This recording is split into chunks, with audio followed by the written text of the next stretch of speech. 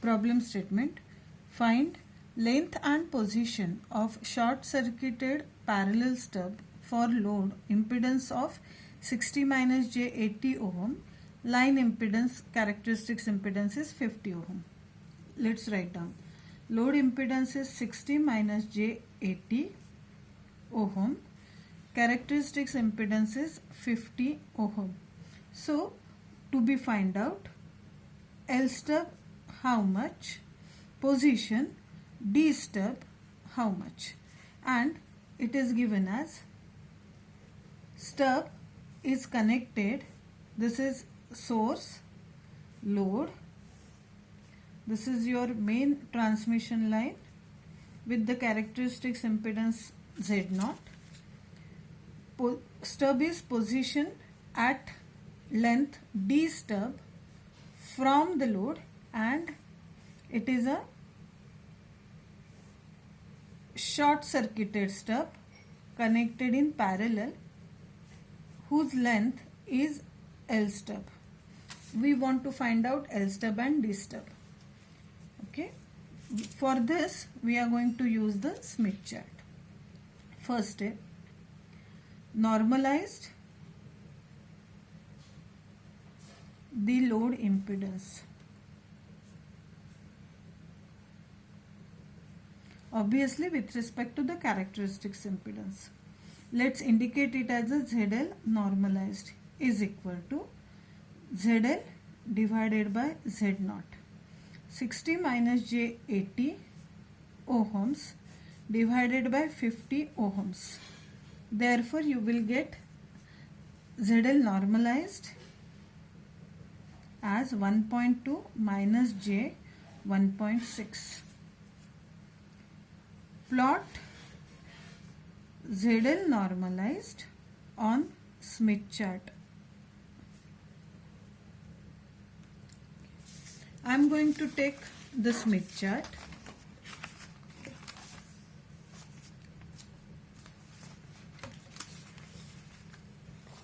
This is your Smith chart. In short, let's say that this is your Y chart. Okay, this is your Y chart. Therefore, this is your constant conductance circle G equal to 1. At this end of the chart, Y equals to 0, so preferred as open circuited end. This end of the chart, Y equal to infinity, thus short end of the Smith chart. First step, plot ZL equal to ZL normalized on the chart. ZL normalized equal to 1.2 minus j 1.6. This is one circle. This is 1.2, 1.4, 1.6. Okay, so I am interested in this particular circle.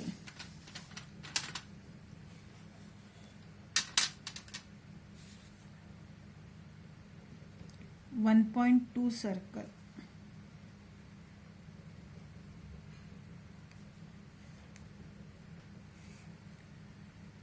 (1.2) circle. Okay. Imaginary value is 1.6 and it is minus. So I am going to take the lower half of the Smith chart. Lower half 1.2, 1.4, 1.6. So let me plot.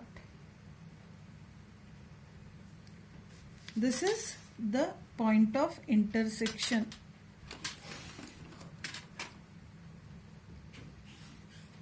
Point of intersection, and this is my required normalized impedance. But this is your Y chart. You are interested in normalized admittance. It's simple. I am going to connect center of the chart to this normalized impedance and let me extend the line. Okay. In your compass, take the radius of this much, that is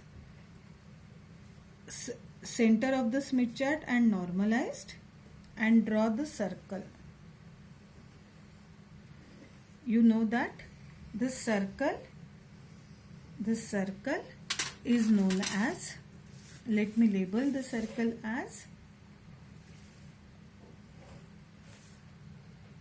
constant VSWR circle. You know that if this is ZL, 180 degree opposite, cutting to the VSWR circle, that is this point, is your equivalent or corresponding YL normalized. Okay, corresponding YL normalized. Okay. Now let's have two thumb rule. First, if connection is parallel, use Y chart. Obviously, this indicates that if connection is series, use Z chart. Okay.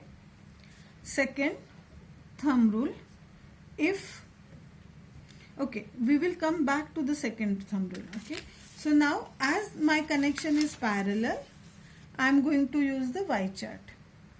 First step, student, we are interested in getting the stub of this position of this stub.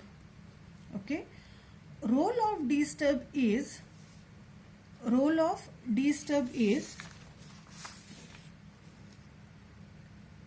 your ZL is RL plus minus JXL, your Z0 is R0, and your ZSA is JR0 tan of beta L.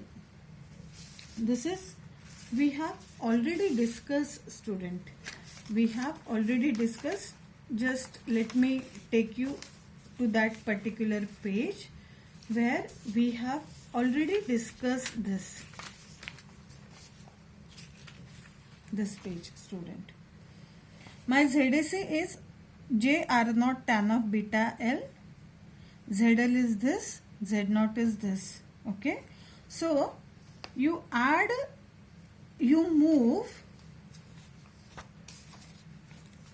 move stub from load towards generator in such a way that at particular position of D stub, your RL becomes equal to R0. I am repeating. From load, move the stub, short circuited parallel stub towards the generator and position it at a distance of D stub such that RL equals to R0. Okay, that is what we want to do. Okay, at this position my YL is not equals to 1. Okay, my YL is not equals to 1. So what I am going to do? From this point, that is from load, from this point I will move towards the generator. Students, see, if I move clockwise on the Smith chart, I am moving from load towards generator. So from the load, I will move the stub towards the source and will stop where my real part of the impedance is becoming R0. Real part of the impedance is becoming R0, that is equals to 1, that is normalized value, and actual value is 50 ohm. Okay, so let me move. I am moving in a clockwise direction and I reach at the point y1. Okay. What is the physical interpretation of point y1? It is a point where the real part becomes equal to 1, that is equal to 50 ohm. Okay. This is the position of the stub. Okay. Now let me join center of the chart to the point y1 and extend it towards the wavelength scale. Extend it towards the wavelength scale. Okay. So student, say these are the 2 points. This is my point A. This is my point B. What is point A? The load admittance. Point B, where the real part of the admittance becomes equal to 1. Okay. Let me read what is the wavelength reading on the A point. Towards the generator I am reading. So wavelength corresponding to the point A is 0.066 lambda. Okay. What is wavelength towards the generator corresponding to the point B? It is lambda B is equal to 0.176 lambda. Okay. So what is D stub? Wavelength corresponding to the point B minus wavelength corresponding to the point A, that is where we are making real part of the admittance equals to 1. Okay. Let me write it down. 0.116 lambda minus 0.066 lambda. Simple. I am going to use the calculator to do this calculation. 0.116 minus 0.066.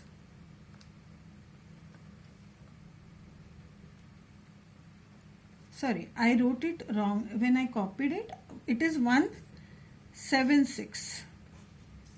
0.176 lambda minus 0.066 lambda. So 0.176 minus 0.066. So my D stub is 0.11 lambda. Lambda I know student, 0.11 C divided by F. Okay, that I can calculate. So now I am able to find out where should I position the stub. What is left? What is going? The left is what is the length of the stub. Okay. So from load at a distance of 0.11 lambda, I am going to position the stub. Now let's find out what is L stub. To get the L stub, we are going to learn the second thumb rule. Okay. Now if it is a short stub, start from short end of Smith chart. If open stub, start from open end of Smith chart. This is the second thumb rule. Now at y1 point my admittance is 1, but my real part, imaginary part is not compensated. Okay. What is ZL normalized? What we got? ZL normalized is 1.2 minus J 1.6. Okay. So student, simply my y1 is at this, having the positive impedance plus minus j. Let me come down. Let me have the minus j 1.6. Okay. So I am coming to the lower part of the chart and this is the 1.6. Okay. This is the reactance 1.6. With respect to the y1, if this is a minus j 1.6, this is plus j 1.6, y1 admittance. Okay. So what I am going to do? Simple. I am going to join center of this chart with this 1.6 and I am going to extend it. Okay. Now just now we said that the thumb rule says if it is a short circuited chart, start from the short end. This is your short end, y equal to infinity. I am going to start from this point. Let's say this is your point C and this is your point D. Okay. So what is going to be the L stub? Simple. L stub is lambda corresponding to the point D minus lambda corresponding to the point C. Read. Obviously towards generator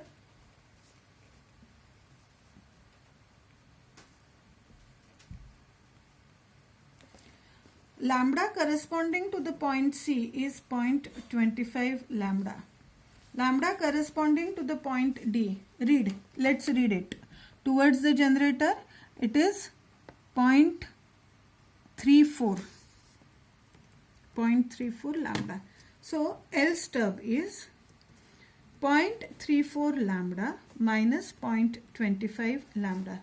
Let me use the calculator. 0.34 minus 0.25. So it is coming as 0.09 lambda. Okay. If I know the frequency, I can put it as C upon F. 0.09 multiplied by 3 into 10 raised to 8 meter per second upon the operating frequency. Okay. Thus I got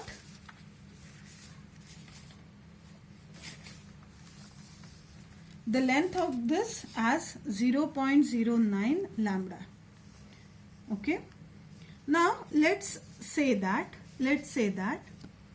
instead of having the short stub, the stub is open. Okay. Instead of having the short stub, let's say if the stub is open, what will happen? Okay. First, let me draw the diagram or what parallel open stub. Okay. Main transmission line, at one end source, characteristics impedance of the transmission line Z0, at another end load. Okay. Parallel connection of the stub, but the stub is open. Characteristics impedance of the stub is ZOC. I want to know the position of the stub, D stub, and I want to know the length of the stub, L stub. Okay. Now as usual, what we are going to do, I am going to find out the normalized value. The same load impedance we will take, normalized value, plot the normalized value on the chart. This is your ZL. Okay. Going to the first thumb rule, if the connection is parallel, use Y chart. So ZL normalized 180 constant VSWR circle, 180 degree normalized stub. Okay. Get D stub. The role of D stub is going to remain the same. So the value of D stub will also remain the same, 0.11 lambda. But now here a bit story changes. Okay. Why? Because now we don't have the short stub, we have the open stub. Okay. What the second thumb rule says? The second thumb rule says that if open circuited stub, start from the open end of the chart. Okay. Open circuited stub, start from the open end and come to the point where the phase is getting compensated. So this is the open circuited stub. Move in a clockwise direction because we are moving from load towards the generator. Okay, so let's start moving. We are moving. Where to stop? Obviously, we have to stop where the imaginary part is getting compensated. That is the point D only. So if this is the point O, this is the point D, solution point, where the imaginary part of the impedance is getting compensated. So my L stub is going to be lambda corresponding to the point D minus lambda corresponding to the point naught. What is the lambda corresponding to the point D? That is 0.34 lambda. Okay, what is lambda corresponding to the point O? It's a open circuited start only, so that is 0. So what is L stub? It is going to be 0.34 lambda. Okay, so in short, let me write it down. L stub, D stub, okay, parallel, short circuited stub, parallel, open circuited stub. I got the L stub as 0.11 lambda, sorry, D stub as, that is a position in both the case, going to remain the same as the stub is parallelly connected, but the L stub it changes because nature of the stub is going to change. When the nature of the stub is short, we got the L stub as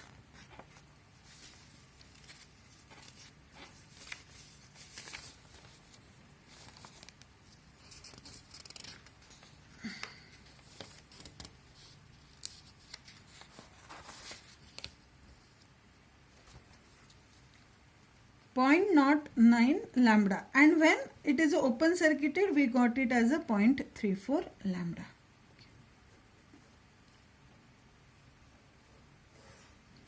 This is about the parallel connection.